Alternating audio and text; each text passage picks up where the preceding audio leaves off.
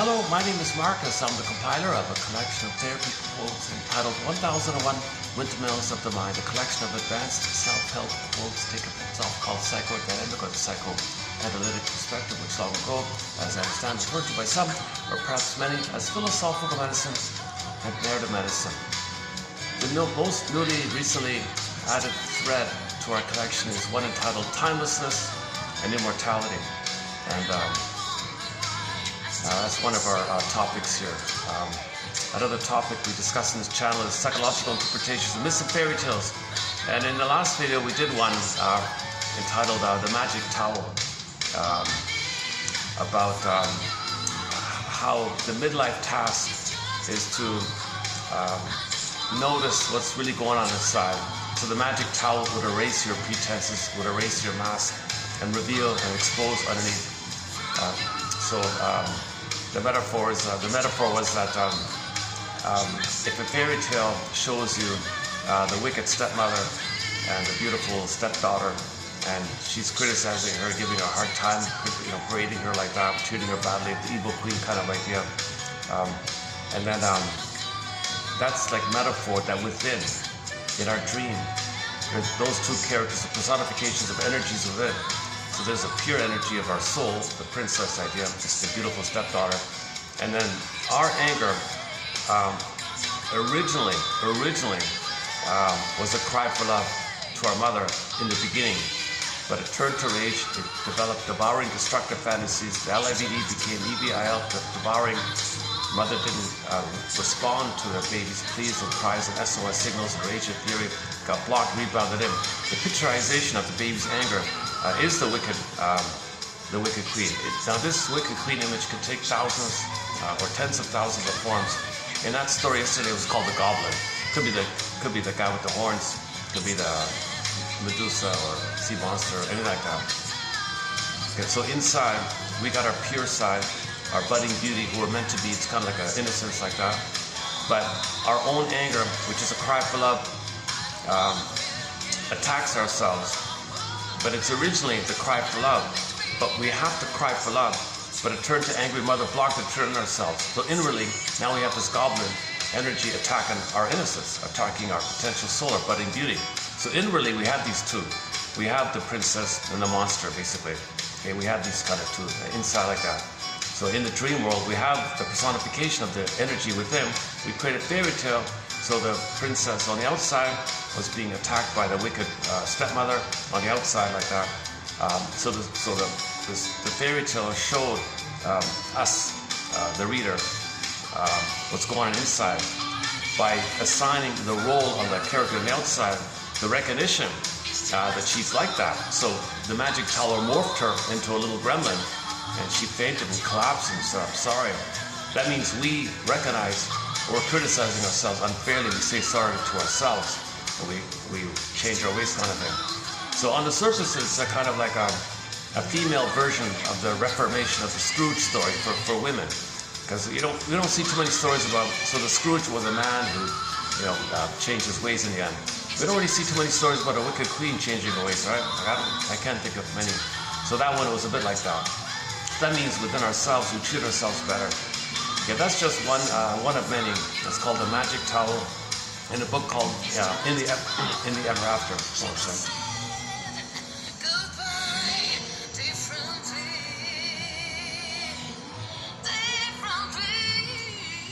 Yeah, I'm still a little. I'm not really fully refreshed, so this won't be. I'll be making a few more speaking mistakes.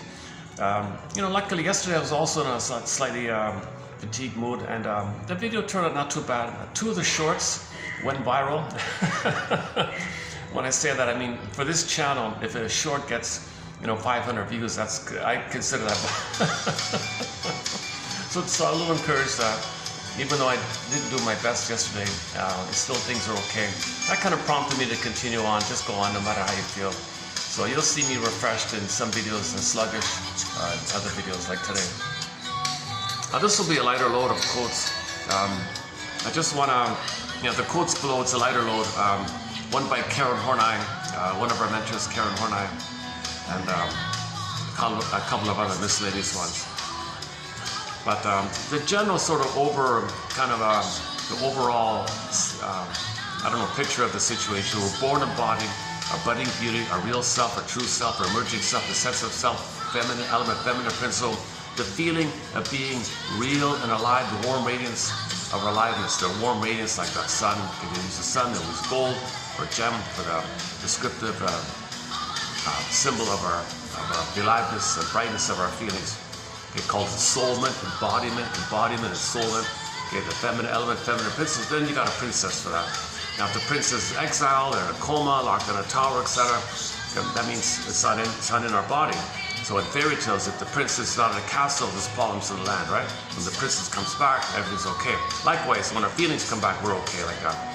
So Robert Bly's line is, we all live in a psychic house called a soul castle. So we live in our body, like our feelings, a field of our hand, like we are in our feelings are in the body. But if the feelings kind of fly away, so to speak, or not available to us, frozen, unavailable, whatever, exile, lost, going on with it, where are they? Sometimes the pin goes on a collar and it flies away. Solvic's flying in the corner, echoes in the distance. Solvic's echo turns to stone, by the way. The one princess morphs into a swan, flies away. One morphs into a fox and runs away. One morphs into another any kind of mammal and it goes away. So Miss Core in the field, the crack of the earth, she gets pulled down, chasm, the repression like that. So it means we're not really feeling our feelings in our body. So the fairy tale motif is the princess is not in a castle, and the land has poverty and debt and conflicts like that. But when the princess comes back and she's reunited, marriage like that, a reunion, it's okay like that. So when our feelings come back, okay, so when our feelings are on the body, we might feel empty, what's going on, confused, not making sense. You're grasping, where's my feelings, what am I doing? So you're in pain and you don't know it, you're doing something symbolic to undo the past, correct the past, change the past, you want to get your feelings back. So you're kind of a little confused like that. Just like the prince is not in a castle, there's problems in the kingdom. Okay, the feelings not in the person gonna have problems with the feelings not in the body like that. So we start off with the feelings in the body, warm radiance, 360. So we start off complete. But usually at birth, sometimes even in the uterus called prenatal trauma, usually at birth with birth trauma or perinatal trauma, it's gonna fly away. So we feel flat already. The pin goes on the collar, the emotional body goes flat. Ancient Greece, that was called athemolexia, no feelings for your words. Nowadays people say alexithymia, no words for your feelings. So pin on the collar, under the collar, the emotional body goes flat. That's the trauma. Now we're not feeling real alive. We live to the extent that we have our ontological self, our sense of self, our being is the serene, inexhaustible fullness of being. Do we live from there? I feel our family. That's your core I, your authentic I, your real I. We live from there. There's capacities there, there's warmth there. There's the regular protocol mohiba side of you is from this feeling place. So the heart's in the body, intimacy, okay, mutuality, there's Freud, pleasure, growth, creativity. You know what's unique about you because you have the I, and every I is a little unique. You know what you express as meaning and pleasure passes with heart when you express like that. Everyone's better off. So it's a sharing flower-like quality, positive quality like that. So we're kind of meant to live from this more thriving kind of area that's called self-expression, self-activation of our true self, of what's unique about ourselves, whatever form that takes. It's not at anybody's expense. It's not about something in the past. It's about in the present. So we're in the here and now. We enjoy the present. We accept mortality, so that's okay. We have the sweet nectar of the present. We accept mortality. So we really enriched in the present like that. And there's a whole long list of capacities of the real self. One of them is described by Masterson. But if that budding beauty, okay, that budding potential gets frozen, stunned, okay, then that means the needs weren't met for the budding beauty to stay with the person, to blossom with the person, because the baby needs a quote-unquote extended social interpersonal womb, a womb-like condition, like a matrix about the infant unit.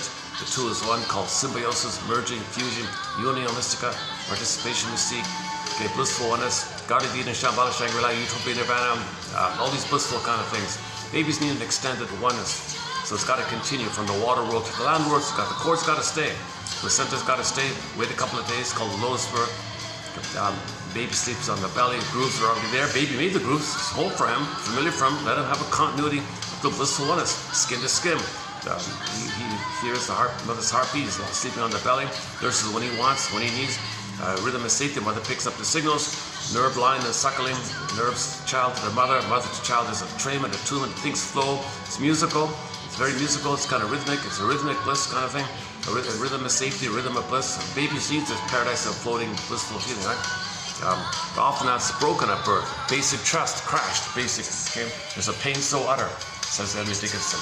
There's a pain so utter, she says. It swallows steps and steps, then the person goes into a swoon.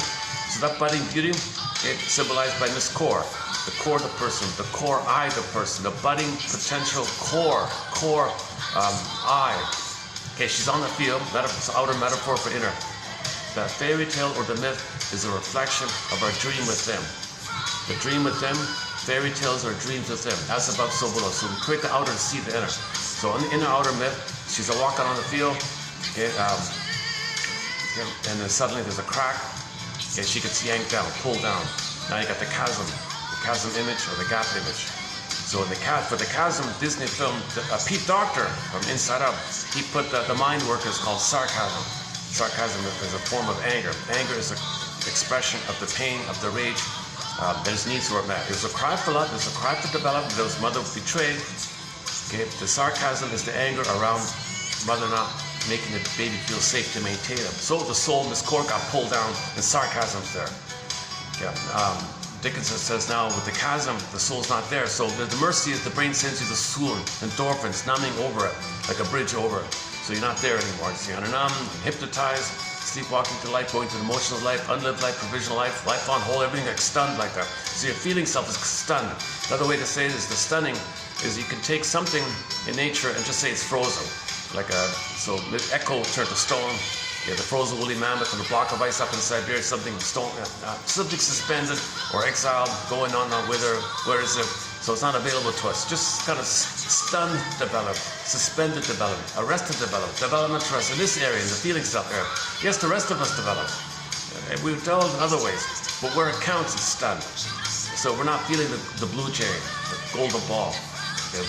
So we're going back to the circuit in the survival brain. So now there's a loop in the survival brain. So the baby records the trauma. Human connections lead to neural connection, but it's about survival for the child. Because if you can't trust the mother, basic trust is broken. It's too dangerous. Mother's too dangerous. Now he thinks he can't live a love the way he's supposed to be. So in the Disney film, joy and sadness representing the feeling self gets zooped away. Then you see fear and anger pop up at the council. Fear, anger, okay, and then disgust, shame, ennui, and all the variation of the negative ideas. You can have vindictiveness, you can have the queen, you can have the evil queen, you can have envy, jealousy. They were going to put schadenfreude on there, anxiety, fear, anger, all the negative kind of area. And it's all versions of the cry for love. Everything's love or a cry for love. So the joy and sadness would be the love expression, get frozen, then you're crying for love. Everything's love or a cry for love. So in the Disney film, once again, when joy and sadness got zooped away, okay, then fear and anger around the console. The stress response, survival, jungle mentality, arrogant vindictiveness. So I'll talk about today by Karen Horney. The attitude of a bully, the anger was arrogant vindictive. Revenge fantasies, jungle. They only think it's a jungle because it's just stress. In trauma, the set points in the brain of stress, adrenaline are too high. Yeah, that's like the alert, hyper alert, PTSD chemicals, like always alert, always danger, always like that, right? So the love chemicals, too low, can't trust, can't love. Serotonin, pleasure, no way. No trust, no love, no survival. They think it's jungle. So mother hurts the baby, he's cursed, he's jinxed. With those characters on the surface, what a pitiful life. He spends his whole life in jungle mentality. And that's a clue of trauma. If somebody has a jungle mentality, either or thinking mentality, a my greed, your greed mentality, worlds to be living, strong sense of entitlement, can't trust. You know, she makes the point in the bully personality, the arrogant, vindictive personality. In order to maintain survival, they can never trust. So they can't trust. That's the condition to maintain the survival mentality. So it's in a negative loop like that. So the stress is always going up. Oxytocin, serotonin goes low. Negative cycle, stress going up. And then when stress goes up, you got dopamine. Now the mania to chase for a better past. So when there's trauma, we chase, we recreate unknowingly in the present versions of the past, hoping to undo the past. Repetition compulsion means you want to change the past. So you recreate in the present symbolically, stage it, use the present as a staging, as a theater, act it out. but it's all done by the director of the unconscious. We don't consciously know it. So it's kind of, we're made unaware of it. The id says to the ego, don't be aware of this. Give yourself some cute thing to say, don't be aware of it. But the present is going to be a repetition of the past, hopefully undo the past, get mother's love in the past. So the repetition compulsion takes, there's a whole topic on it, takes a variety of forms. Negative magic gesture, magically think, well, if there's too much pain, you identify with the aggressor. That means you think that if others are you shame them the way mother shamed you. Magically, you think you'll change the past. Oral fixations. You think if you should resemble a mother, cookie, food, wine, gambling, promiscuity, gambling, smoking, drinking, all those kind of things. You think that that's symbolic of it. You got to reach for mothers, but you're out of the nurses. You look for, money's the main one. Money, because money serves you, material. Well, mother should have served you and comforted you. Well, you think money's symbolic of mother. So anyways, it doesn't work. You look for symbols of mother, because that part of the brain thinks it's got to be mother. We don't think that, but the unconscious has the mandate. It must be mother. I got to find mother. I can't be in pain like this.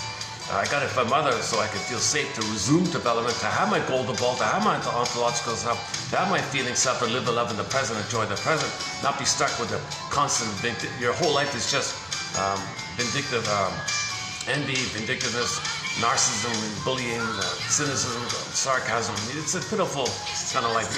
You're living the unlived life if you're always in this immense sense of fear with the mother, immense sense of mother betraying you, immense sense of this unresolved business with the mother, unresolved issue with the mother. You can't mourn the loss because you have no identity to mourn the loss. You don't even really know it because you need to feel safe with the mother to have a sense of honesty about what happened. But that was deprived in you because you're so revved up and you're just blindly in a jungle mentality. So if there's trauma so early on like that, the set points of the happy chemicals, oxytocin and serotonin, are too low. The stressful ones are too high. Kind of like Pandora, the hope is the dopamine. So you got an excessive amount of dopamine. Dopamine is the chemistry of more, chase, pursuit, anticipation, goal. Look for something in the future to change the past. Look for something in the future, all excited because you're hoping that's to be mother in the past, and you'll get mother's love in the past. You're not in the present. You're only chasing for the future to get a better past. You're never in the present.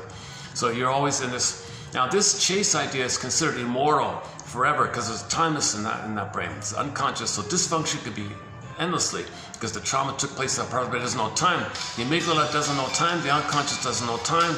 So what you're doing in response to that is timeless or quote unquote immortal. So you might have fantasies about it.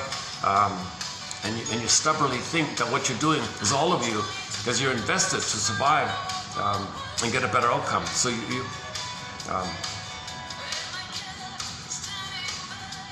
I'll read that quote in a minute from Karen Horney. Let me clarify that part.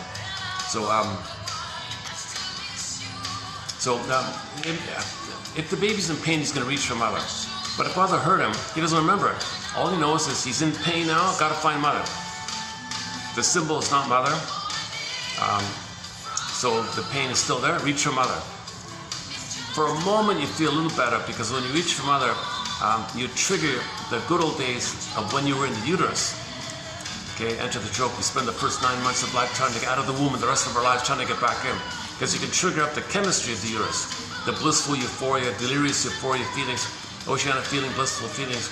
Now you can blip up over the pain you're feeling. So you chase for a symbol. It triggers the past. Okay, when you trigger the past, the good old days, you get the chemistry of that past.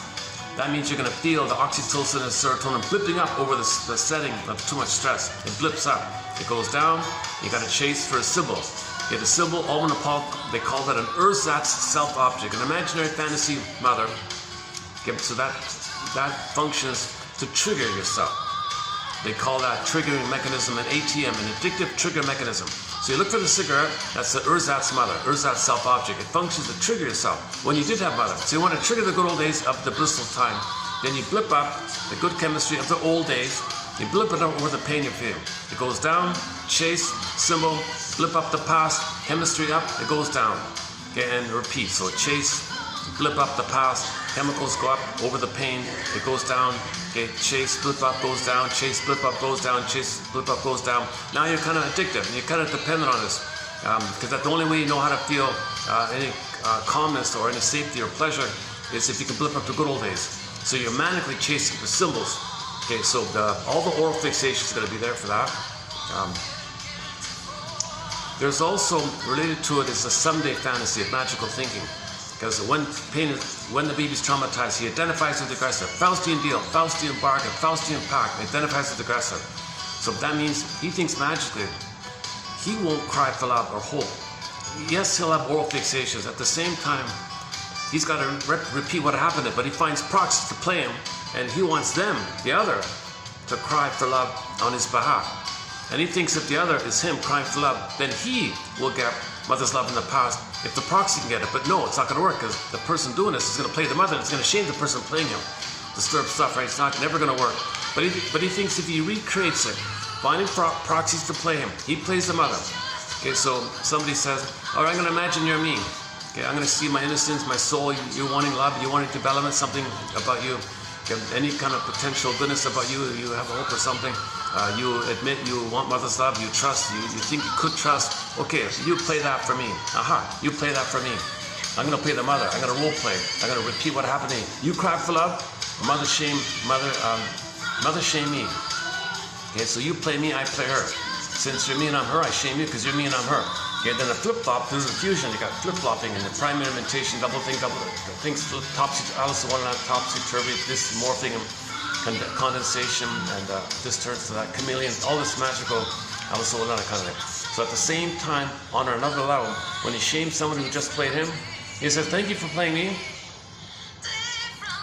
Okay, now the anger I do feel at my mother, I'll play myself and direct my anger at my mother onto you. So now you play my mother. Thank you for playing me. Now you play my mother. So first he shames the other person because mother shamed him because he's the mother. Then he flips it. At the same time he flips it around.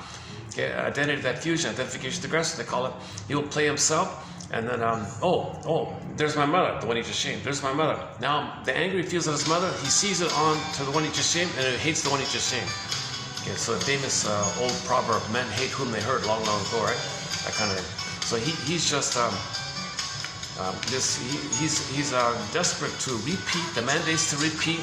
So he finds someone to do the crying, and he does the rejecting, Faustian deal like that. So it's not going to work. So Berger simply calls it a negative magic gesture. You think negative, you do this negative thing, and it's magically this gesture, the behavior, this gesture, and change the pattern. That's because they think.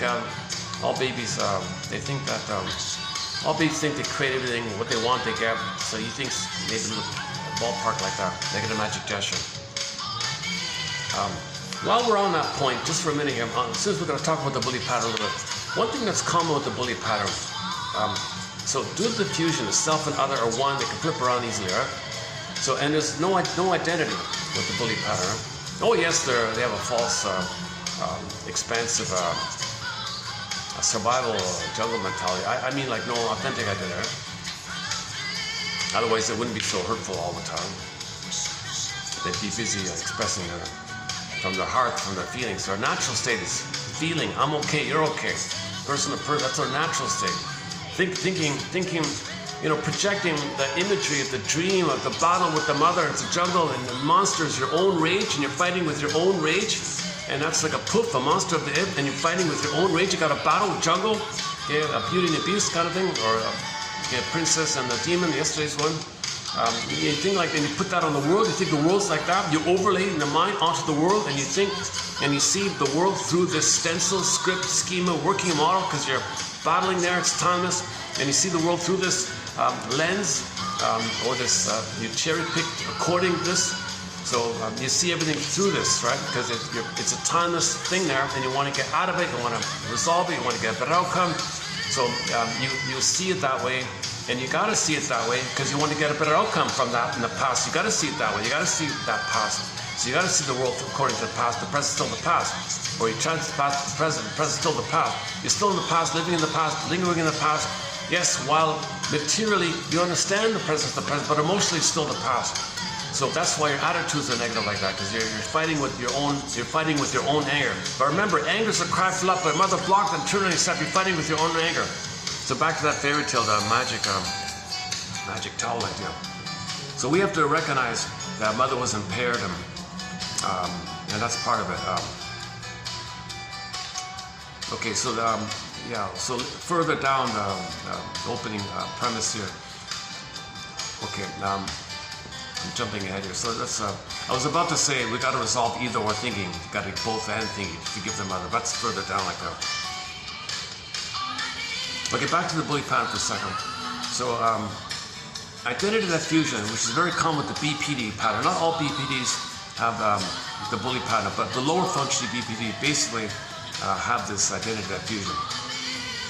Lower functioning BPD, most of the time it's the same as the bully pattern, actually, I think. Grosstein says it's a fusion between the narcissistic pattern and the bully pattern, lower functioning BPD, or the Swiss cheese narcissistic pattern, or the regressive bully pattern, they flip back and forth, a little chaotic like that. So typically with the bully pattern, let's just stick to the simple example of the schoolyard. So the bully pattern is all sees the world as a jungle because he projects his jungle mind onto the world, thinks it's a jungle. So the schoolyard, the kids are just playing. He sees a geek playing with the butterfly, but he doesn't see it that way. He's got to see it's dangerous. That geek was dangerous. That geek playing the butterfly with his little thing there is dangerous. He's got to see it that way. So he's going to recreate him. He can't just leave him alone, or he's just curious. And, hey, what are you doing? Show me about the butterfly. What's going on with that? He doesn't have curiosity. He doesn't have an identity. Curiosity is from your identity, but his identity is not there. He's just in survival. He's just resolved this thing. So go to the geek. All right, geek, you play me. You seem to be some kind of curiosity. I should have had a curiosity. I should have had some interest. So you play that, and I'm going to squash it. Okay? Because that was done to me. At the same time, on another level, he feels like the victim while he's being aggressive, because the victim is victimized, but the aggressor thinks he's the victim and thinks the victim is the aggressor, and he's the victim while he's being the aggressor. Identity diffusion, because the butterfly kid is him.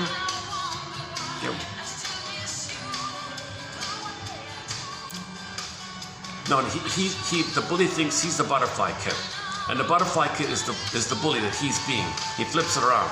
Okay, so he co-opts, so to speak, the identity of the innocent and thinks the innocent kid is the aggressor. So he acts like the aggressor, thinking that the butterfly kid is the aggressor. So he's the victim that the butterfly kid is, but he's, okay? Now, yes, the bully, of course, is the victim originally with the mother, but he's replaying with the mother in the nursery to the butterfly kid. So butterfly kid, you play me, I play the mother. Okay, so you play me, I play the mother, he says. Now, the butterfly kid is him in his unconscious. So he plays both. He plays the mother and himself, using the kid for both roles. So that's why he can be the aggressor and talk like the victim and being bombastic and say he's the victim. That's why he's the aggressor, and he's the victim, he's the aggressor. And he's just battling with this. It's kind of like the struggle. Maybe the mother there was a battle with the nursing. Mother wasn't around, using schedules and bottles and maybe the nanny didn't want to do it, did it properly, she was passive aggressive and took her anger, and maybe the mother took her anger on the kid. There was some kind of frustrating battle with the nursing. There was a struggle, there was a real battle, like back and forth like that. Right?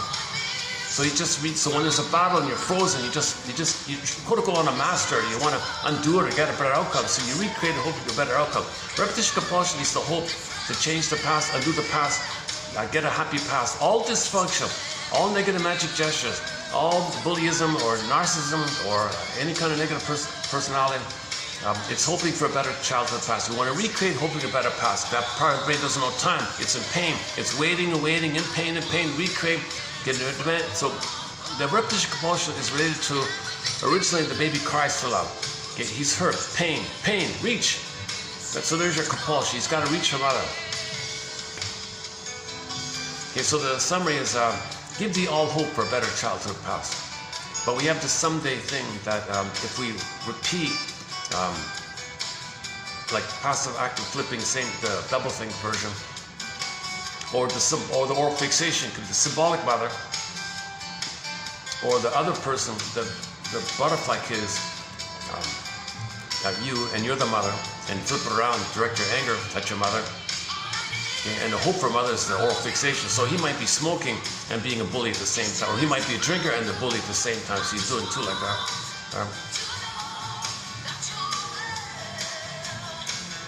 We don't often talk about, on occasion the bully topic does come up a little, not too much, but But I found this quote by Horney, so it kind of made me think about it. And the truth is, you know, you do see bullying kind of attitudes, right? You do see, like, what's in them? Why do you think it's such a jungle? Like, relax. Like, people get so, their stress is so high, right? Okay, so the summary is, the starting point is the baby cried for love, reached for love. It was a desire to live a desire to live and love. You want to reach and connect. You want a secure attachment with self. Mother wasn't around, she was impaired because she was hoping for a better past on her end. The present for her is still her past, and she's trying to get a better past on her end. So she's shaming her own baby to repeat how she had been shamed in an attempt to remember that she had been shamed. Or she's turning the baby to mother her. I made you to find me, she says. So the mother's impaired, she's not in the present, she's doing something to try to change the past. She's living in the past, her activity is her fantasy future to get a better past. She's not in the present. Child's not being seen, being ignored, he's scared, terrified like this. So mother, I'm scared, I'm terrified. Mother ignores it, gaslights the baby, okay, anger comes on. Mother, I'm angry. You can't be angry. Okay, fury, flames.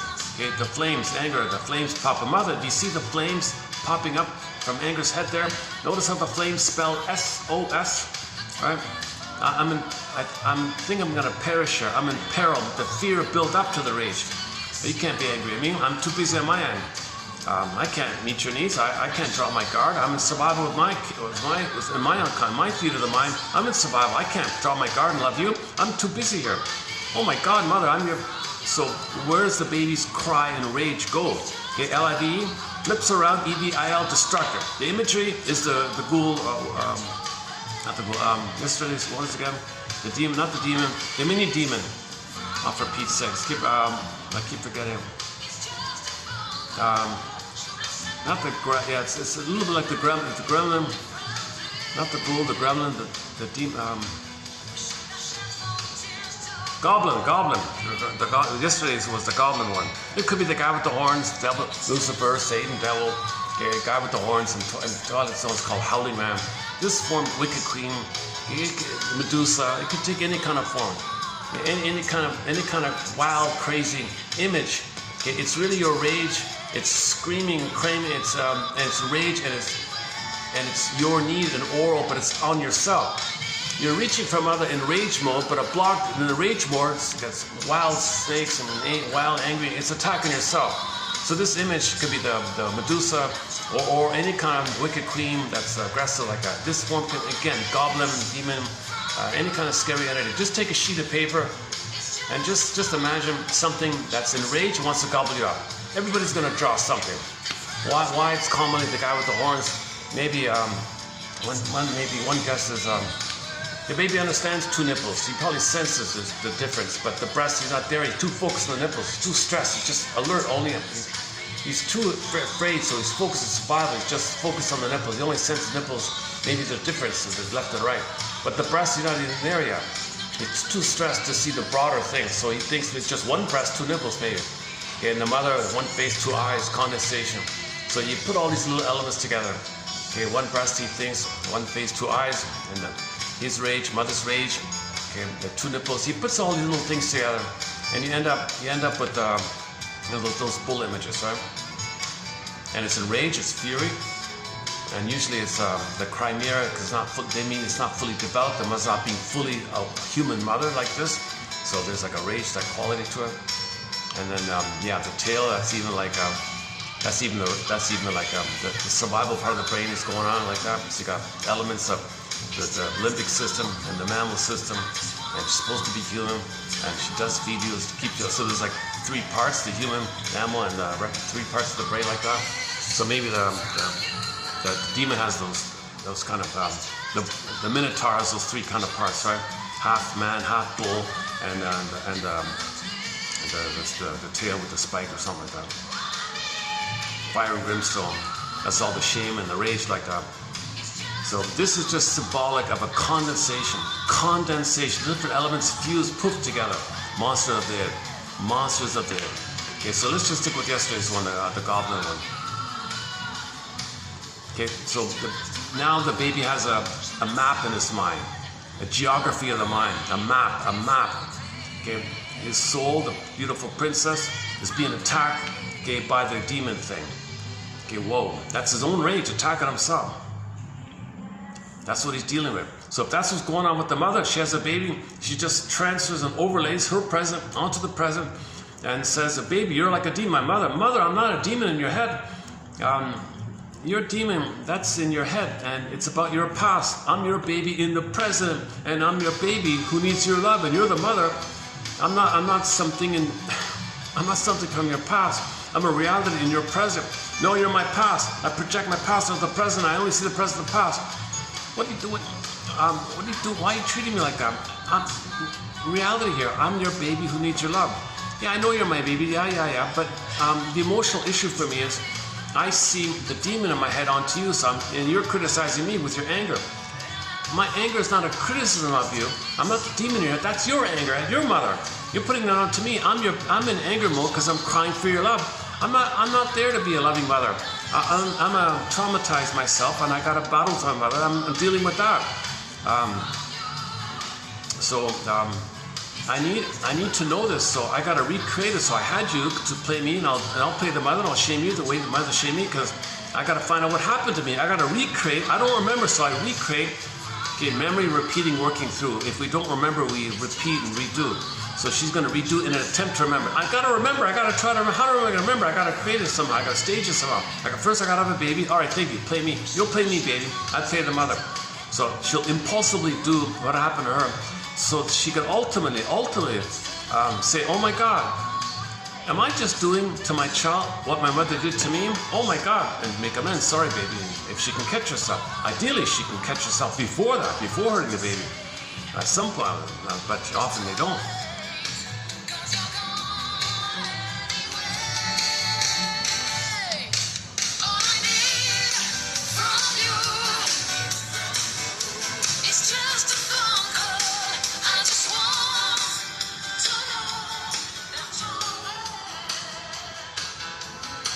This is not a good mix for me. A little fatigue and a coffee. It's not good for me. I speak in a more anxious way, a more agitated way.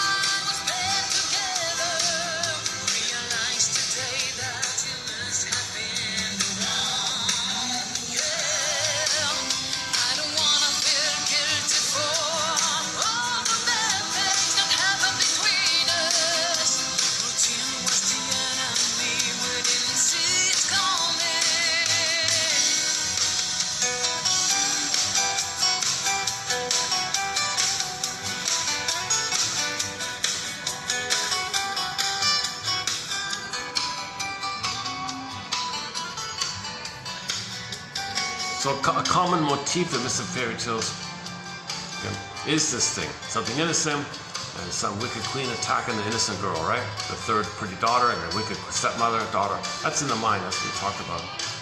But those symbols reflect our anger, crying for love, attacking ourselves. So when we hate ourselves, it's really the cry for love to the mother, but it turned to hate and rebounded in, and hence the confusion. So we're trying to get unblend from this, identify this, know this, so we repeat like that. Okay, so now let's add a point by Edmund Berger, one of our mentors. Okay, so when the budding beauty froze, okay, the stress response, okay, the anger turned in on himself, the demon is attacking himself.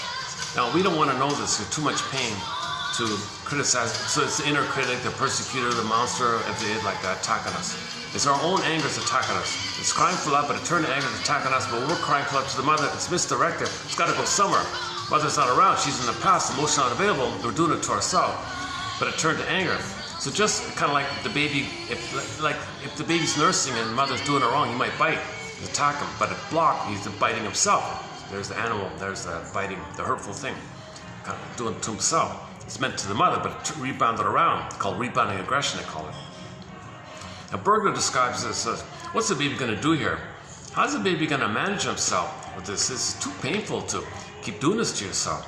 My God. So Berger says he's got to find a way to make a mess. He's got to find some kind of, he's got to twist it and fool himself and lie to himself and bury the pain by sugarizing it, sugarcoating it. So when you chase for the symbol in the future, it triggers the chemistry of the past, which you blend in with the pain, and you liberalize the pain. You sugarize the pain in pleasure. Phenomena, principle, this dynamic, this rigmarole, this misery machine, quote unquote, Mark Twain, it is called psychic masochism. So now he's a kind of masochist, invisible. He doesn't know a major crime. He only confesses to the lesser crime of pseudo-aggression. He'll confess to being a smoker, drinker, etc. He'll confess to that. Okay? But he doesn't know the thorn, the point is he's got to maintain the cry for love, the hope, but he's got to hate himself to maintain the hope. The hope for mother is to hate himself, too much pain, so you sugarize it by blipping up the good old days, up above the pain you're feeling, mix it up, repeat. Okay? And this is the machine, the misery rigmarole machine. He doesn't know it all. He's fixed. The thorn is there. This is humanity's fourth narcissistic injury at this point. So we're dysfunctional. Now, Berger adds the added element that in your dysfunctional behavior, if you have some kind of talent or opportunity, you can sublimate and you get secondary gain and benefits. So you can be kind of anesthetized or amused and get enough happy chemicals from all the supply if you have sublimation. So you're either like a happy uncomfortable or an unhappy uncomfortable, kind of like that. Yeah. So let's not get into that one then. Now the whole thing's covered. Once again, it says the ego, cover me, will ya? We can't let the person know we're doing this. When we chase for a cookie, we can't let them think that we think it's mother. So create some cute little thing to say, oh, it's on sale, what's the big deal? Okay, good, fine. Just don't let them know the truth. It's too embarrassing. If you knew the truth, you interrupt it. The pain would come. We don't want them to feel pain, so it's a protective kind of thing. So lying to ourselves is an emotionally self-protective thing. Play the song "Lying to Myself" by the singer David Cassidy. We play here sometimes. Lying to myself. So we gotta lie to ourselves. Need to know. So the id says to the ego, need to know. He can't know it. Need to know. Okay, Twilight Zone episode. Okay, play the Twilight Zone episode called what's it called again? Is it called Need to Know? Oh my God. Oh, for Pete's sake. So there's an episode about, the main message was if people knew the truth, their mother hurt them, they'd lose their mind, so they had to lie. But they knew the truth and they checked themselves into the loony bin because they got the truth. They couldn't handle it. I think it's called Need to Know. Just a simple kind of tale like that. But don't get me started on the Twilight Zone. We've discussed over 25 of the episodes so far. A lot of great episodes. It's been a key companion TV series throughout. And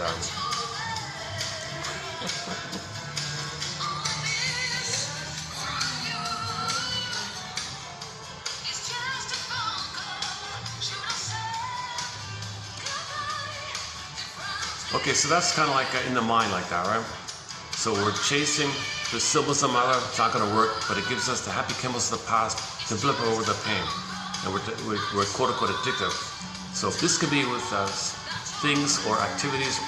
Now, in the mind, it's a jungle mentality. So when the baby's hurt, to organize the hurt, he thinks now, cognitively, it's like either or now. Now you got either or thinking. Okay, so he kind of thinks in either or ways, heaven or hell. Okay, he's special, heaven, or he's no good, monster. He thinks very simplistic. Babies can't do ambivalence, babies can't do confusion, babies can't do shades of gray, middle ground, third side of the coin. Baby can't do it. He's in a blissful state, he needs that. Mother's not around, click, he's in hell. Shame is a burning, biting feeling symbolized by the hell image. Hell is a metaphor for the emotion of shame. In the Twilight Zone, there's an episode called Take My False Life, Please. So in order for that to happen, they sent him to the hell thing. That means he had to face the shame. And so the episode is about he's going to face the shame, so he's in hell. They put him in hell, and the heckler forced him to tell the truth that he was feeling shame and the fiery, burning, biting feeling. So part of healing is,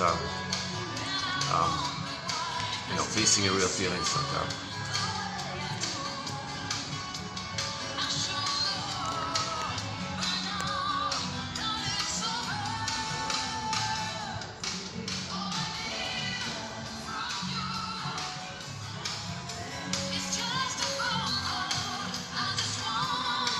I haven't been here in a long time. Yeah, I miss it. It's a nice little place. I should come here more often. Yeah. This is the priciest venue. It's a little out of my way.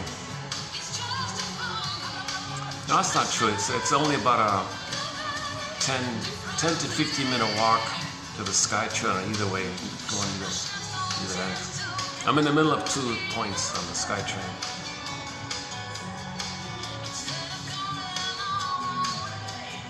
It's still a relatively newer kind of place. It's busy, but it hasn't fully, it's not like packed all the time. Okay, enough about the venue report, the weather report.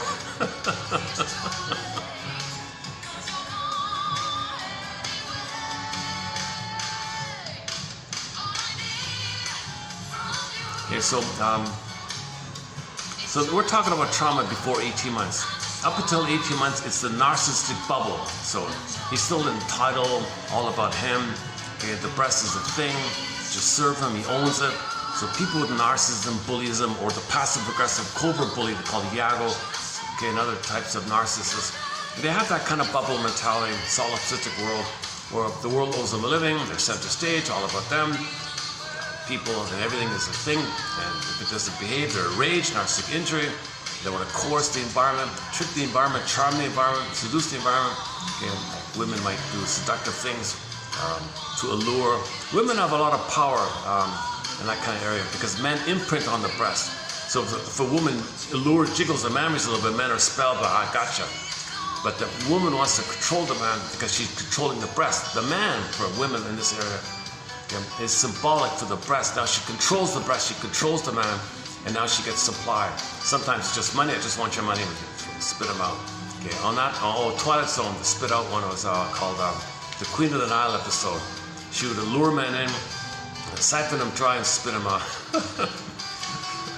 And the Agnes one, about the computer. The man who won this, he put in the computer won and turned to him and flipped it around, and it was a femme fatale. With Agnes would love that one, season 5. And there's another one now. What was it called? So up until 18 months, the baby's in a state of the bubble of narcissism. He needs to go to that stage where the world is my oyster. Now the earlier part of it is the cocoon. The psychological egg. If that's broken, that's psychological. There you get the more severe stuff. The egoism and the bullyism, okay, and the lower PPD, the more aggressive, the more intense, an immense amount of envy and vindictiveness, and an immense amount of jungle mentality. If they never get the oneness in that kind of thing. I'm speaking kind of in a broad way. It's not a perfect model, but if the baby does get some kind of connection and it's troubled, then he's just going to be some type of narcissist. He might not have a great urgency for survival. He's just in a painful relationship. He wants a positive relationship, but he's still a center stage, hoping for a better relationship. Whereas the other one, where the baby's removed and never bonded with the mother, the bond was broke. The bond was severed. Basic trust was severely broken so early on. Okay, I don't do the circumcision trauma here. I'll leave that to Ronald Goldman on YouTube. That breaks the bond severely. He describes these terrible things where the baby's screaming and bleeding for 20 minutes. The mother has to die her instinct. Baby comes back. Baby won't trust her. And they're frustrated and the bond is broken. So he's in the battle already. So we don't cover that here. But Ronald Goldman, I posted a couple of quotes from him. But that's not the only way the bond is broken so early on. It can happen right at birth with the procedures and the birth trauma.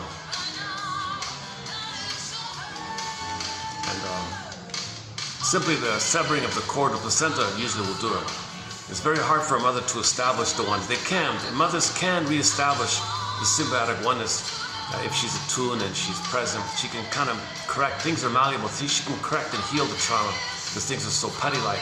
Mothers can do it, but a lot of them don't. If the mother would allow that to begin with, she's not going to repair it. She's not going to repair it.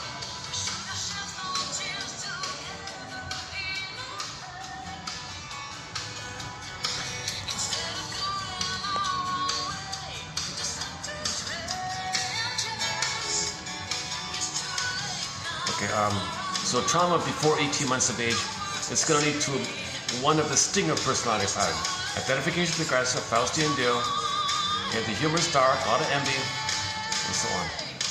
And the trauma is like on the earlier end of that, you get the bullies and these iagos and all that. They're more about survival. Their aggressiveness is more belligerent, either overt or covert. Yeah, the overt's the bully one, or the covert bully is the iago one, who's sneakily behind the scenes spreading rumors and using overts as proxies of them. They have that kind of thing going on. So there's a passive-aggressive bully and the overt bully. But the general narcissist, they're just feel entitled and special and want supply, don't care about you.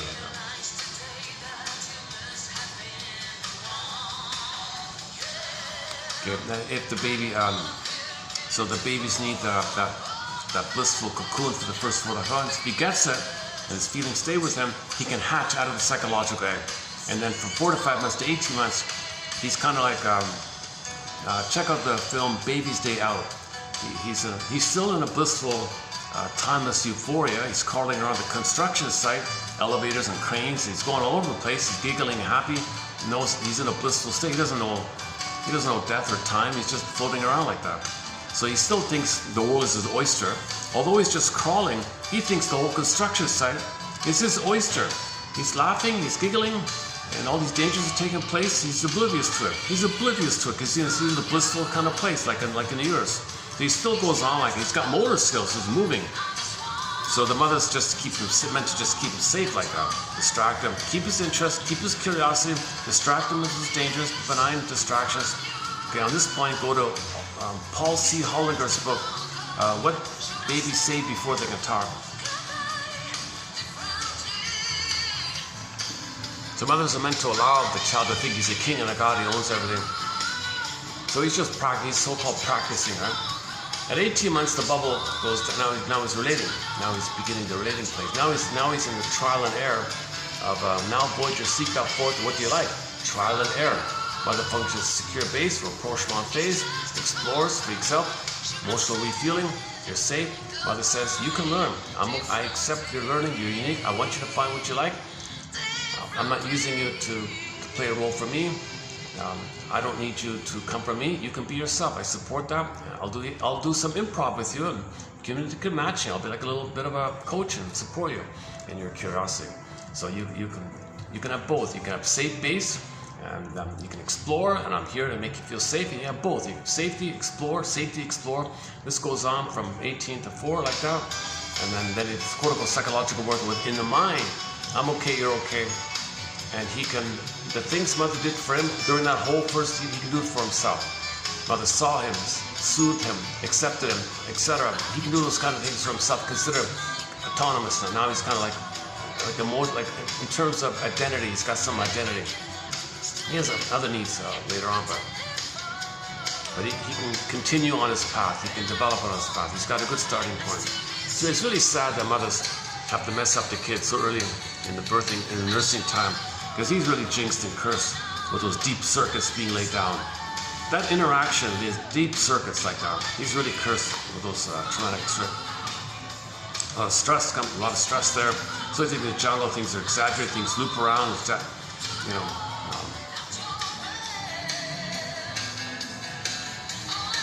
So if the trauma between 18 months and 4, let's say, that's the rapprochement phase. They tend to have an identity, but they have some gratitude, they have empathy, love to half and half. They're curious about what they like. Their model is, well, something wrong with me, like that. They don't make the Faustian deal, that's the key point. They don't make the Faustian deal. They have some mutuality, and they didn't cross over. So they tend to be self-effacing and compliant and pleasers and clingers. How can I help you? Because they still look for a good parent to help them develop. Where the stinger mode, they don't bother with that anymore. They already crossed over and play infantile God and want to shame you playing them, and they play the mother. They're in the earlier archaic jungle thing, where the clingers are like little wounded, painful children looking for love and support to help them resume develop. Now, if the clinger marries a stinger, oh wow, the stinger loves it. They have somebody to shame, and hey, And the clingers suffering, like they don't know better yet. They don't understand. Like they're like a little child hoping for a good parent. They assume everyone's good because they're okay. They think everyone else is okay. Stinger says, no, I'm bad, you're bad, everyone's bad. The stingers are way more negative. So there's an issue about the stingers and the clingers. Yeah, Masters said the only time in couples therapy, if they're both beyond 18 months and they're both clingers, then he can do couples therapy analytically with the two there because they're both beyond that 18 months. But if one of them's prior, then they got to do individual like that, he said. That clip got a lot of views, to my surprise. That was just sort of like a minor point. I wasn't even gonna put it in. It's funny, in some quotes, I'll let you put it in, what the hell, and it turns out to be the most popular one. And musicians say that, yeah, I wasn't gonna include that song. Oh, I had a little space and just put it in anyway as a filler, and it turns out to be the best song. And some of the good stuff gets no views. Oh my God, what the? A lot of good shorts I thought are pretty good. No views or one view. And the watch time was like 0.1 of a second.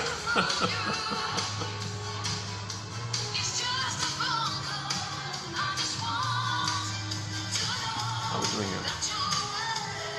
Yeah, I'm having another off day today. So let's do this. Let's dig up the Karen Horney quote here. I gotta turn off the music here. Okay, let's get to the quote here. Okay, according to Karen Horney. Okay, now I'm gonna read below 3186. According to Karen Horney, people defend themselves against the trauma, feeling unloved, unvalued, unsafe, okay, by developing personality structures. She's one of the first self-help kind of authors to offer some kind of elementary personality model, like back in the 30s, right? So your personality can be overly focused on pleasing. She calls it the self-effacing one. If I'm good, will you like me? Okay, that's the clinger. That's a little bit later on one. Okay, if it's okay, that's kind of like the. It's dysfunctional, but it's still like a little positive in a sense. If I'm good, will you love me? So that's the self-effacing. So that's called moving towards people. So they're kind of trusting, naive, and they move towards people, and they think others should be nice, and they're nice. They think others are nice. So they tend to be in that little childlike, an innocent childlike. That's moving towards people. Okay, so they're still childlike. Now, if that's too pained, if they didn't get to that point, and they're in the traumas earlier on, then either they're going to be schizo and detached, leave me alone, they're going to be a total narcissist. Okay, they're going to be a total narcissist. That's moving away, avoiding attachment style. The other one's called the anxious, preoccupied. What can I do for you? Attachment style. The other one says, no, let me withdraw, leave me alone. If I keep to myself, do not disturb, ivory tower, leave me alone. Maybe I'll be okay like that. So that's the avoidant, the turtle one. So they move away from people. So some people tend to cling, some people move away. Okay, and then the most disturbed is, the most traumatized is against. That's really survival. See, with the dysfunctional, the turtle one, I can survive, just leave me alone. They don't hurt others too much, right? They live their little fantasies and private things, whatever. So they can manage a little bit like that. The pleasers are just helping everyone and a little foolish, but they don't think. But the bully one, the against one, the vindictiveness, aggressive one, okay, that's the trauma way early on. There's way too much stress, way too much adrenaline, way too much dopamine. And the anger that they felt at the betrayal of their mother is a big monster in their mind, and they're fighting in it. So just about all they have is fighting with their anger, which they see onto the world.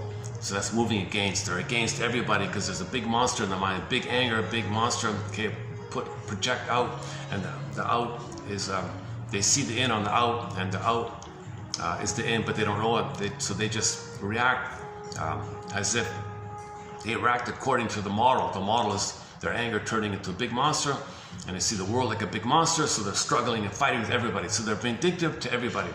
So this third one I want to maybe touch on a little bit here.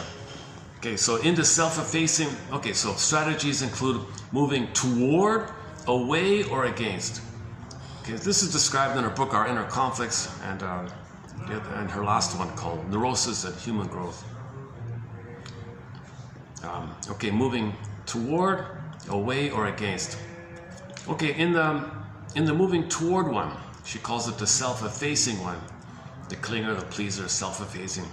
Individuals try to gain safety, love, okay, through dependency, humility, and self-sacrificing goodness.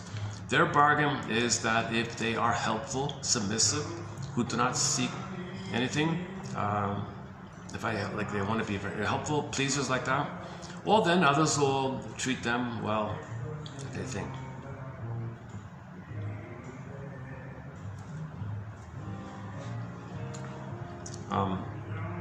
Okay, the ones who the resigned one, or the ones who withdraw, the ones who move away, so moving towards, the ones who move away, she calls resigned. They're resigned. So they worship their self-sufficiency, their little turtle-like self-sufficiency, leave me alone like that. Their bargain is that if they ask nothing of others, they won't be bothered. That if they try for nothing, they won't fail. And if they expect little, well, they won't be disappointed.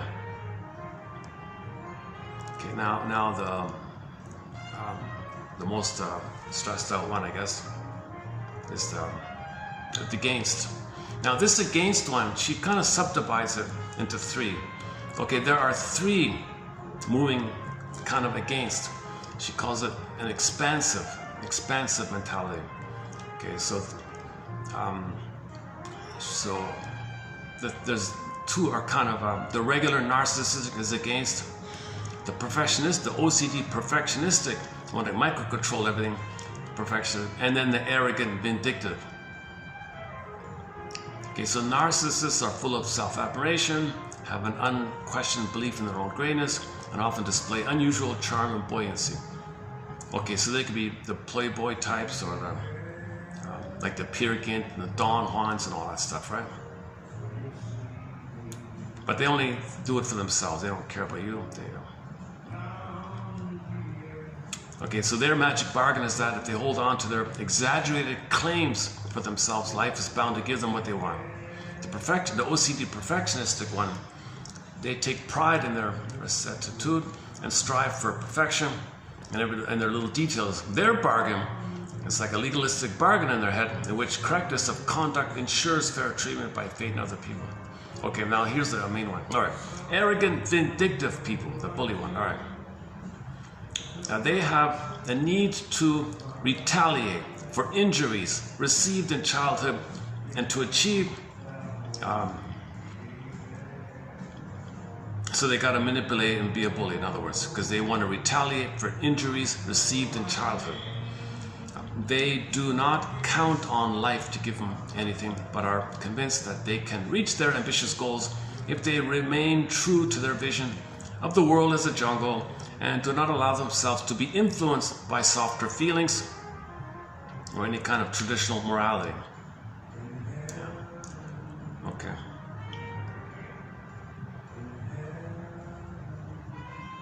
I'm kind of skipping around here a little bit.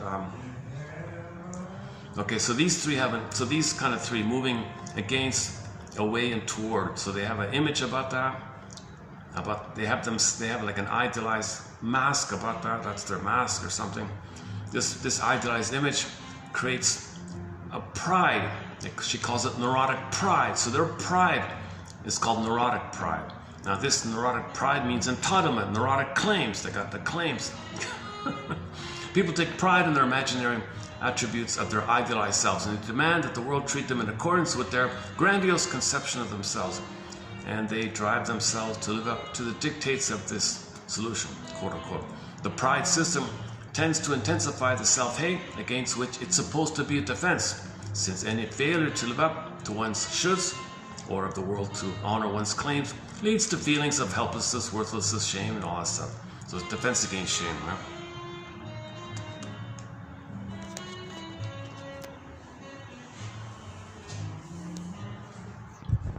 Okay, what I thought I would maybe do is, how's the time? Yeah, okay, got a lot of time. Okay. Okay, let me dig up the book. Now I haven't, I'll be honest with you, I just skimmed like a few paragraphs here. I don't know if I should do this here. Yeah, here it is here. Okay, this is from her book, Neurosis and Human Growth. I got a copy of it actually. It's an old book, 1940s something, or 49 or something like that. Okay, yeah, well here it is here. Okay, so three solutions. Expansive, that's the perfectionistic, narcissistic, bullying. Okay, expansive, that's against. That's like you're not accepting, it's like demanding on others. It's against or something. Entitlement. Right? Self-effacing, we mentioned, the pleaser, and then the resignate, the turtle one. That's moving away from people. In the expansive solutions, the individual prevailingly identifies himself with this image, his idealized image, his glorified self. When speaking of himself, he means, okay, and so she talks about Peer Gynt as one example of the narcissist. So Peer Gynt has this grandiose self, or as one of her clients said, with the Peer Gynt personality, I exist only as infantile God. I exist only as a superior thing. The feeling of superiority that goes with this solution is not necessarily conscious, but whether conscious or not, largely determines behaviors, strivings, and attitudes towards life in general. The appeal of life lies in its mastery. That's all they're focused on, this idealized image, and I think that's all of them. They don't want to look at feelings. So there's very strong with the mask, right? So in the fairy tale from yesterday, if they had the fairy tale, they'd all look like little demons, right? They'd all morph into demons, right?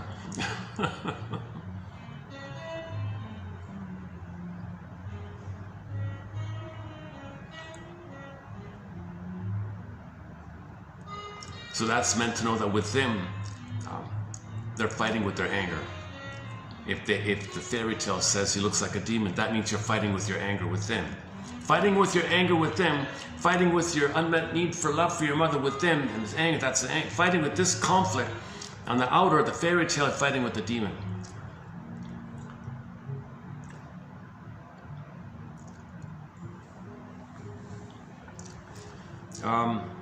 When looking I'm skipping around, I'm just going to randomly skip some little parts here. She's a very lengthy, articulate kind of writer, so she's not like very punchy in her things. I like her. She's intellectual and she articulates, and you got to stay with it. It's good. She's a good writer. When looking superficially at the expansive types, we get a picture of people who, in a streamlined way, are bent on self-glorification, on ambitious pursuits, on vindictiveness. Oh, I don't have it here, but she's got an excellent essay on specifically on vindictiveness, and I posted a lengthy quote on it several years ago. If you type in the search engine, vindictiveness in the search engine, you should get that quote. It's a whole page. The whole page is, the whole box is that one quote, in the British version of it.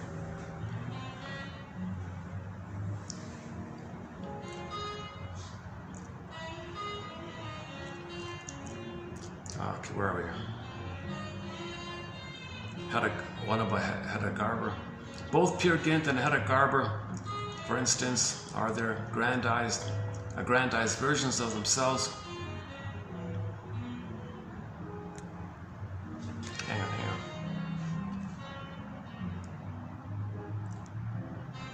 So, there was a part I wanted to read here, so perfectionism, narcissism. Oh, here, okay, here we go. The third type. Moving in the direction of arrogant vindictiveness.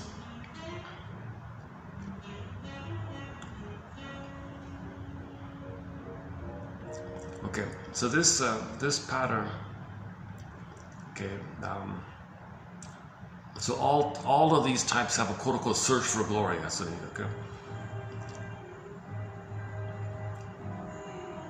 How could this idea get such a hold on a person? And he spends his whole life pursuing this, chasing his tail kind of.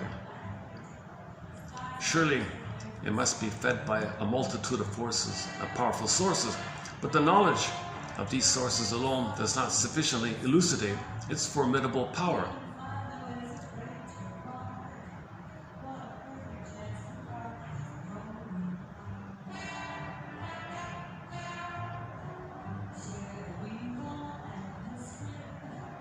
So pride,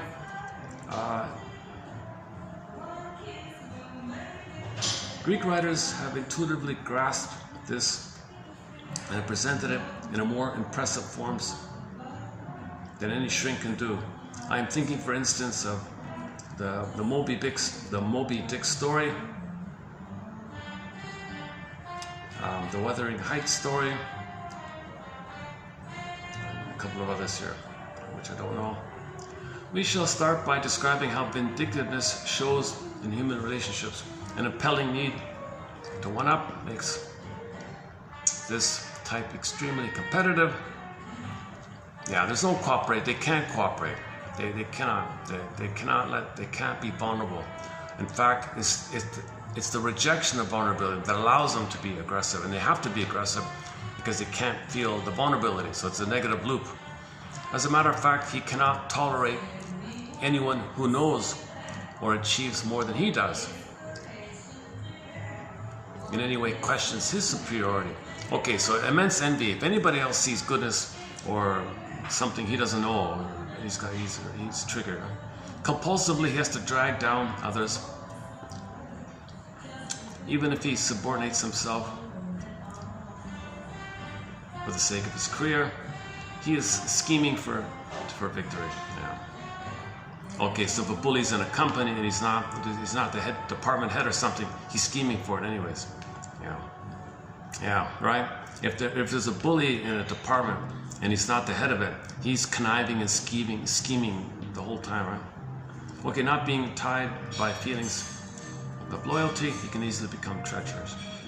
What he actually achieves with his often indefatigable work depends on his gifts, but with all his planning and scheming, he will often achieve nothing worthwhile, not only because he is unproductive, but because he is too self-destructive, as we shall see presently.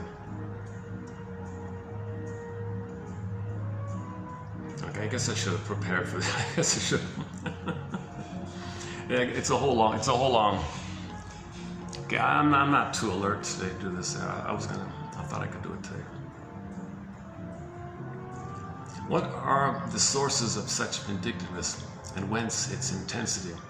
Like every other neurotic development, this one started in childhood, with particularly bad human experiences and few, if any, redeeming factors. Brutality, humiliation, derision, neglect, flagrant hypocrisy, all these assail the child of especially great sensitivity. So this mother, so in other words, the baby was abused. Put it simply.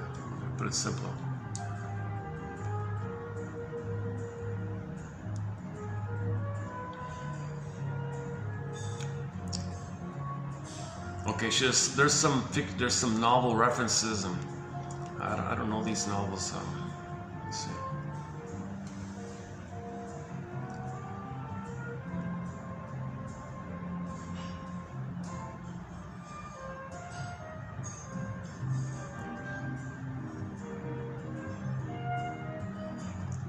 Okay, he can't be honest. He can never be honest. That's vulnerability. He has to reject vulnerability in himself. The salient point in protecting himself against his self-hate is the necessity to ward off any realization of not being what, according to the dictates of his pride, he should be. Inaccessible to reason. Oh no, forget it. Yeah, it's way too cynical.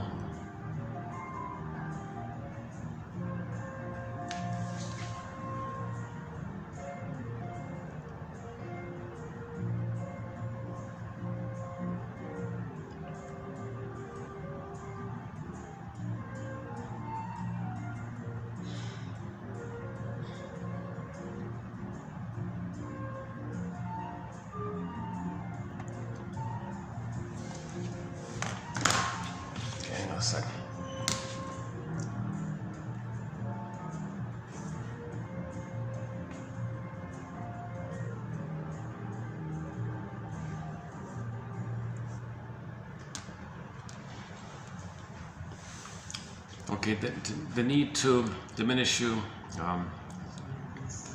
their need to diminish others, and the need to deny positive feelings, both stemming from an unfortunate childhood, are thus, from the beginning, intimately interrelated. Intimately interrelated. Deny positive feelings and one up thing. And they remain so because they reinforce each other. This is the negative loop, right? They reinforce each other. The more the bully's the bully, the more he devalues feelings. The more he devalues feelings, he's got to be the bully. The more he's the bully, the more he devalues feelings. The more he devalues, that kind of thing. The hardening of feelings. Originally a necessity for survival, so the baby survived. But that's what he learned, right? Conditioning, Pavlovian conditioning, allows for an unhampered growth.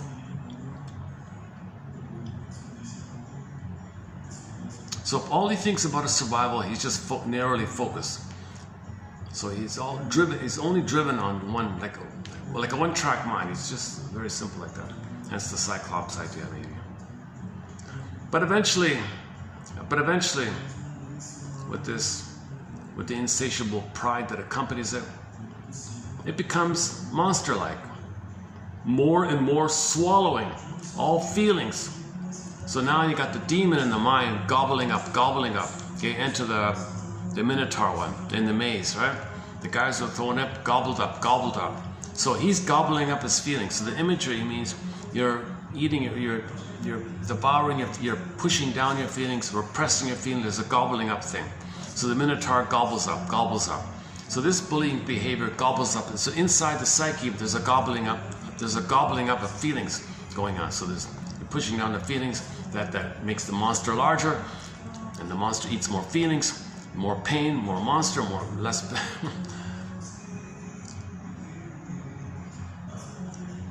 Love, compassion, considerateness, human ties are all felt as restraints on the path to his sinister glory. Okay, let's just leave it. Okay, let's just leave it. Okay, let's go back to our rest of our quotes here. Okay, I didn't prepare. I didn't prepare for this one.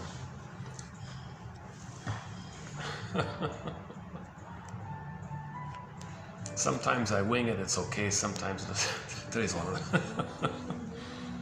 The central task of therapy is, we may say, the recovery in memory of those repressed childhood desires that the person has been unknowingly repeating in a variety of symbolic ways. Only by first identifying the sources of resistance to conscious recollection of wishes could the person move from repression through intellectual acceptance to fully lived, affectively charged experience of the memory that was necessary for its integration. The need to bring resistance into awareness as a precursor to the awareness of unconscious wishes. Yeah, defense before contact. So the first is an intellectual knowing, the interesting ideas, but then the emotional knowing. So the ultimate goal is the emotional knowing. But you might start off with the intellectual knowing. That's the egg in the basket idea, right? Psychoanalysis looks for an egg in a basket is missing. Okay, what about intellectualization? Okay, when people speak in very glittering generalities, in very broad ways, that's considered a defense mechanism.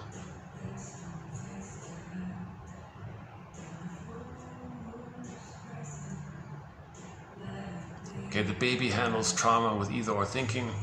Okay, paranoid schizoid position. Okay, here's a self-help author on projection. I talked about projection yesterday. That clip got quite a few views, yeah. So here's another one. Projection involves the unacknowledged attribution of an individual's own unacceptable or embarrassing thoughts, feelings, wishes onto another person. The person then becomes aware of the existence of these thoughts or feelings, but sees them as residing in someone else, and is thus protected from knowing about their personal origin, projection. One interesting aspect of projection is that it sometimes contains a kernel of truth. Okay, this is the moping one, right? So sometimes it's direct, sometimes there's a kernel of truth. That's called moping. When people project their angry feelings onto another and then accuse that other person of being angry with them, there may be some truth in this accusation. It appears that the targets of projection are not random and are sometimes chosen to match the projected feeling. In its most blatant form, projection may be seen in the phenomena of hallucination. Reacting to an inner wish or need, the individual sees as existing in reality that which is wished for. Okay, it goes on like that. Okay, this is a self-help question. I wanted to change the tone at the end here. Some self-help question was at the cocktail party, meeting somebody, just as an icebreaker kind of thing. Somebody said they noticed something that they're good at or something. You asked them, what's their secret? You seem really good at whatever it is, fill in the blank. What's your secret?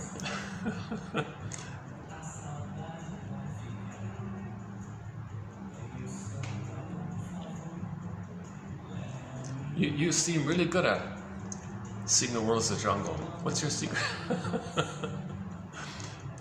You seem really good at not being able to trust people. What's your secret? I don't know. Just kidding. Should we? Is it worth reading out? Yeah, okay, let's find out. Let's read this out. Give me a break here.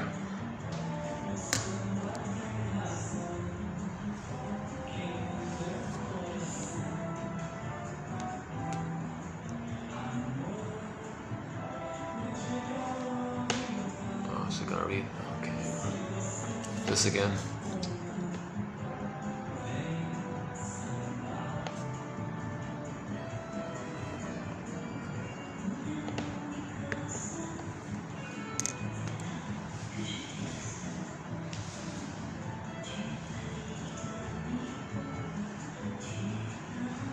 It's not reading it yet.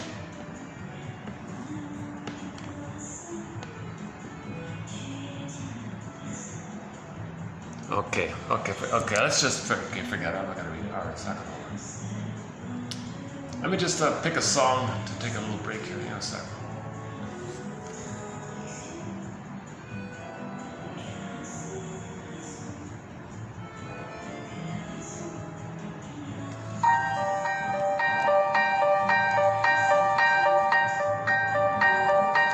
She knows the voices in her mind.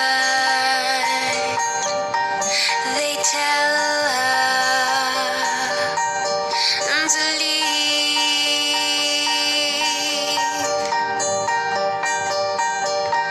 She's tired, smiling madly, until silence becomes very silently a noise in her mind. After all, she's got nothing inside, no good to give, no meaning to live. The mist engulfed tonight, everything all star. After all they shared, could he simply say no? After all they shared, he turned away from her to go. She said she wouldn't cry, that was really just a lie. She knows the noises in her mind. Nothing's left but screaming silence. After all, she feels numbness inside. The feeling's gone, she's upside down. The pictures behind her closed eyes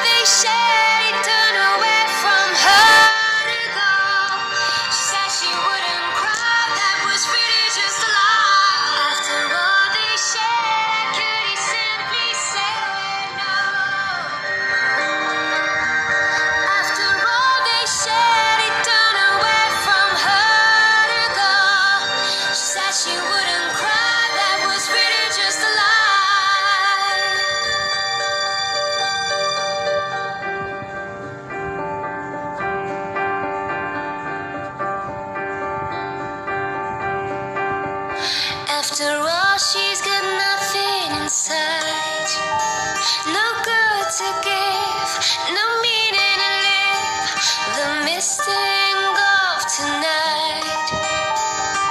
Every single star.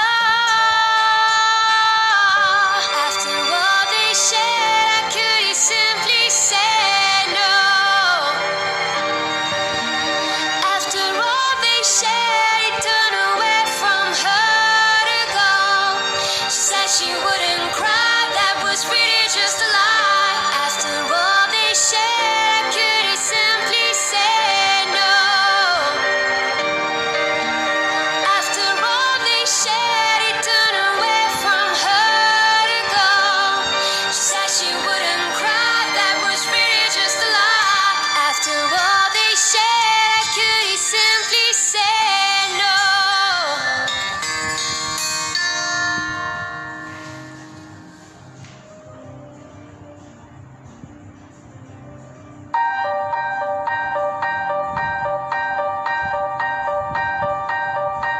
She knows the voices in her mind. They tell her to leave.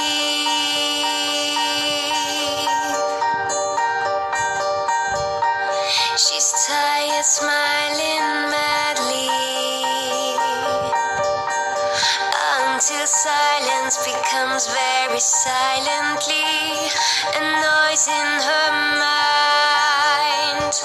After all, she's got nothing inside, no good to give, no meaning to live, the misting of tonight. Every single star. After all they shared, could he simply say no? After all they shared, he turned away from her to go. She said she wouldn't cry, that was really just a lie.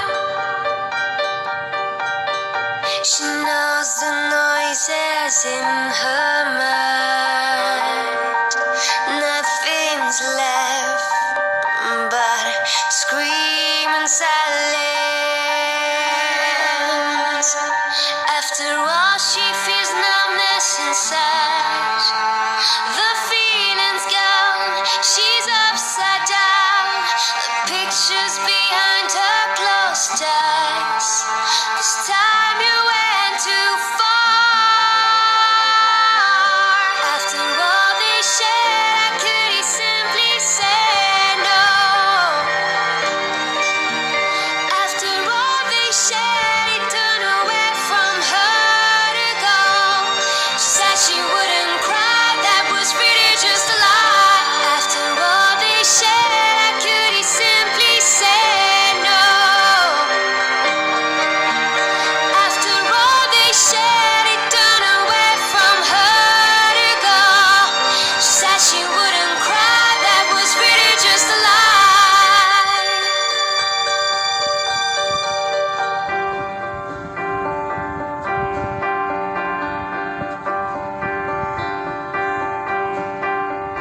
After all, she's got nothing inside, no good to give, no meaning to live, the misting of tonight.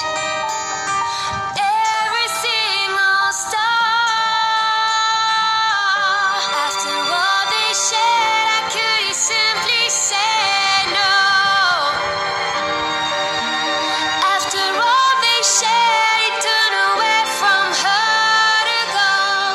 She said she wouldn't cry, that was really just a lie. After all they shared, could he simply say no? After all they shared, he turned away from her to go. She said she wouldn't cry, that was really just a lie. After all they shared, could he simply say no?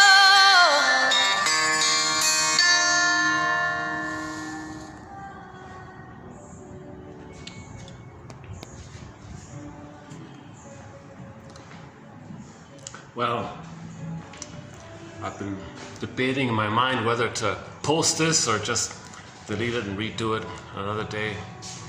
I really messed up with the Karen Horney part. So the bully one is more stressed, more survival, and that's all they're kind of focused on that. Maybe the idea of expansiveness, they want to know the environment, they want to control everything that's going on. The sense of entitlement is strong because it's an area of survival all the time. So they're entitled to survive. The baby's entitled to survive, so they're kind of coming from that kind of place. They never felt safe with the mother. So one quote is, they were prematurely ejected out of the egg. The psychological egg, they were prematurely ejected, way too early. There's a timing issue. That the baby needs the oneness, the egg, for the first 4 to 5 months. Kind of thing. Okay, maybe I'll take it down to the lobby for a little bit. Let's see, just change it up a little bit here. Give me a second. Yeah.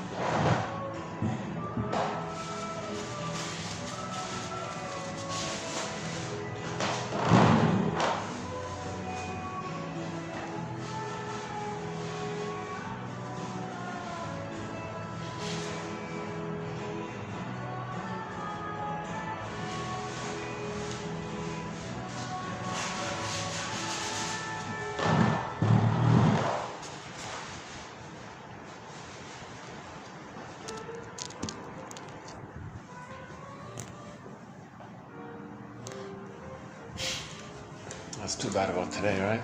Yeah. Oh, look at this, eh? Oh, the whole place is empty. Eh?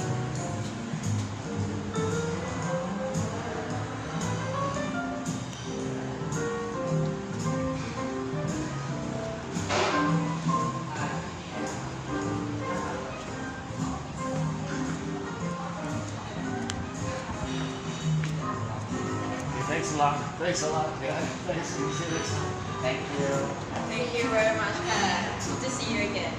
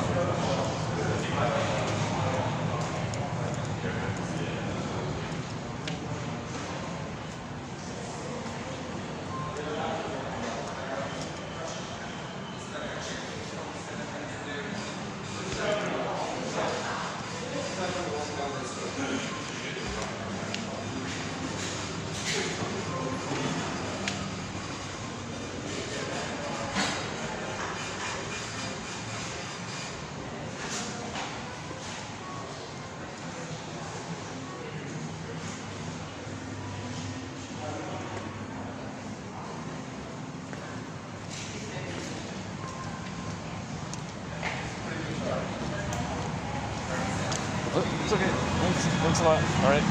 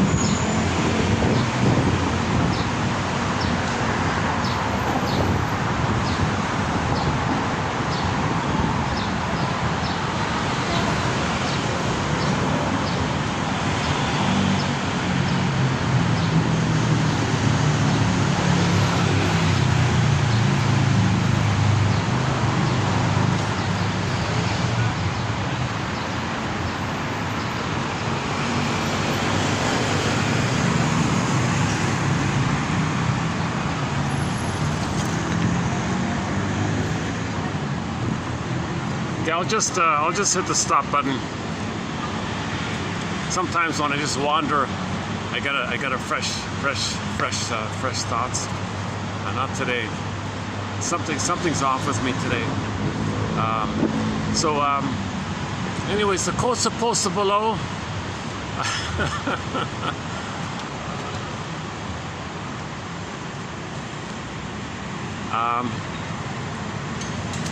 Check out the work of Karen Horney, her book called Our Inner Conflicts. I think that's her best book, Our Inner Conflicts.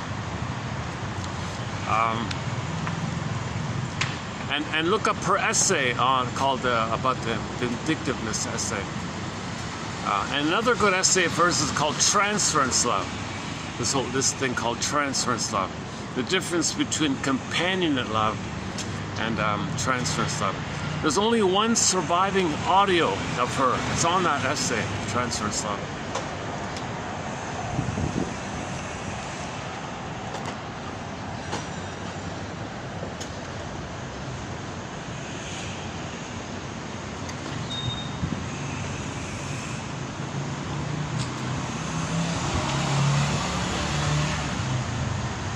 Let's just finish it up over here.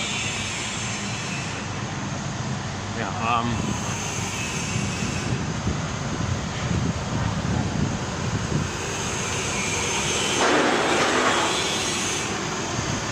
you know, the truth is, in the back of my mind, I'm kind of preoccupied in the back of my mind, so I'm not really present today. But,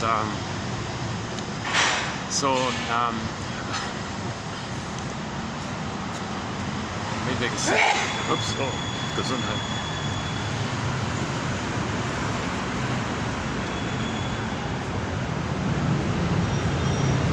Oh, let's just wrap it up here then.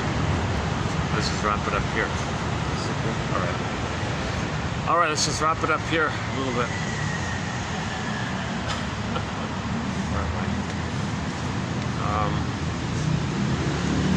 I'd love to be able to end on a fun note, just to kind of balance things out here a little bit. The shorts section. Go check out the shorts section.